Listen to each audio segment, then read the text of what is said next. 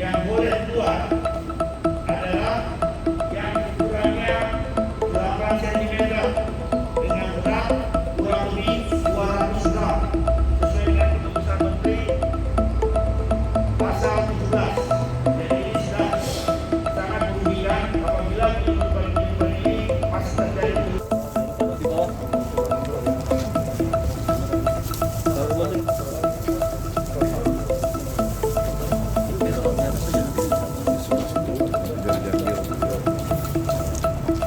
Jumlah BL atau baby lobster sejumlah 50.032 ekor dengan rincian 200 ekor. Bisa diceritakan Komandan kronologis penangkapan penyelundupan baby lobster ini? Kronologis penangkapannya bermula dari informasi yang didapatkan oleh Pasintel Lanal Palembang pada tanggal 2 Agustus hari Minggu.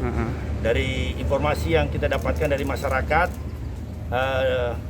kemungkinan akan ada penyelundupan baby lobster. Tapi entah kapan dan tepatnya di mana belum jelas. Yang jelas di sekitar perairan Banyuasin seperti itu.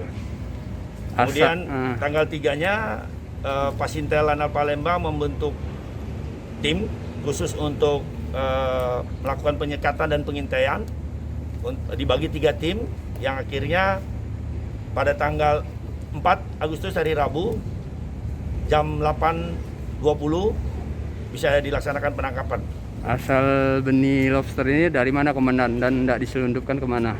Ini dari Lampung, Palembang, dan akan rencanaikan ke Sunsang. Di situ nanti kalau modusnya adalah dengan menggunakan kapal cepat yang rencananya akan dibawa ke Singapura.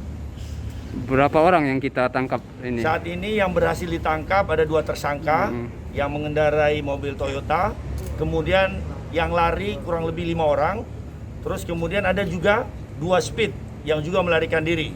Kurang lebih di speed itu ada 2-3 orang seperti itu. Untuk proses hukum selanjutnya benih lobster ini akan diserahkan kemana Komandan? Untuk proses hukumnya akan diserahkan ke Polairut, tentunya dengan supervisi dari Bea Cukai dan Balai Karantina Perikanan seperti itu. Oke, siap Komandan.